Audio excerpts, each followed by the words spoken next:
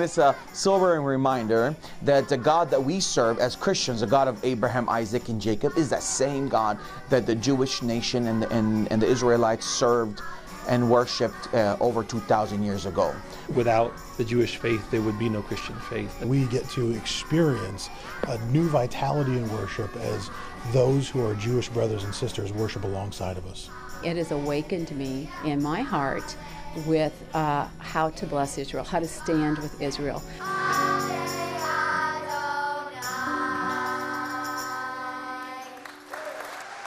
All the way from Moline and Rock Island, Illinois, to Jerusalem and Tel Aviv, all the way from Iowa and Illinois to Israel. Hallelujah. It reminds us, people in Israel, both me as a Christian Israeli Arab and the Jews there, that we are not forgotten. It reminds the people there that there's still hope. And it reminds the people there in Israel and in the Holy Land, when they look here in America and see people in the Quad Cities get together for the cause of Israel, it reminds them that all the sorrow, the grief, the victories and the times of loss, reminds them it's not in vain.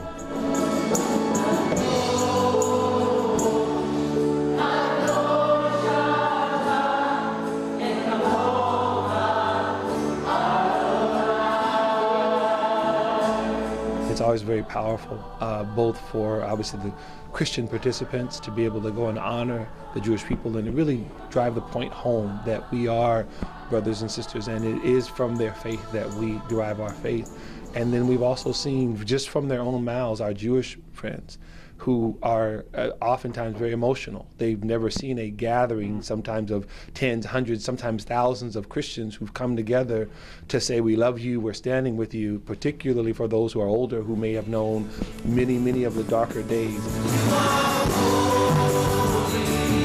The scripture that comes to my mind is actually in Genesis 12 when it says, if we bless Israel, we'll be blessed. If we curse her, we'll be cursed. And so the blessing of tonight and all the other 12 events that we've done are just extraordinary. You read scriptures that you're so familiar with, but knowing kind of the roots that it comes from, or the historical context behind it, just opens your eyes, and it kind of takes you deeper in your faith, as a believer, it does that for me. And so coming together like this, I always get some sort of revelation, just fellowshipping with our Jewish brothers and sisters is awesome.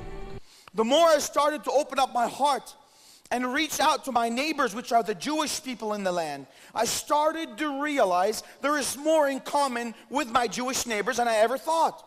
We see in true form the scriptures coming to life and God's chosen people mingling with those who have been grafted into the family through the sacrifice of Jesus.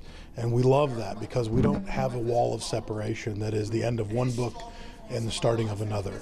It's the blending of two families who truly serve the same God. We, in the Jewish people, especially the state of Israel, need our friends. We sometimes feel very alone in the world, and having a night like tonight lets us know that we are not alone, gives us strength, gives us confidence, makes us feel very connected into our pursuit of preserving a strong and defending Israel. Love the Arabs and hate the Jews, and you can't love the Jews and hate the Arabs.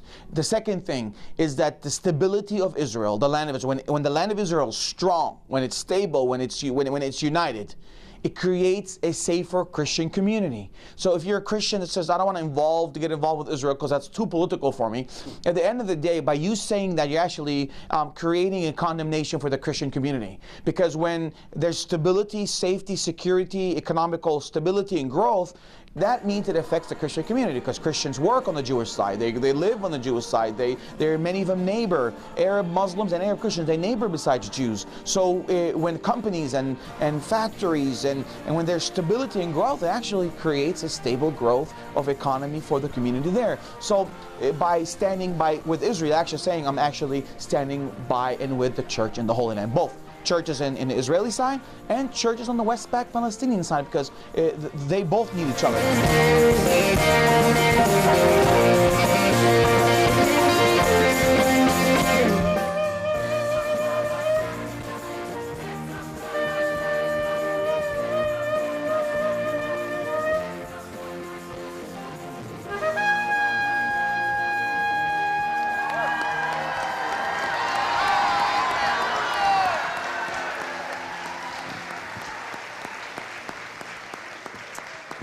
Hallelujah. Thank you, Pastor. What a great way.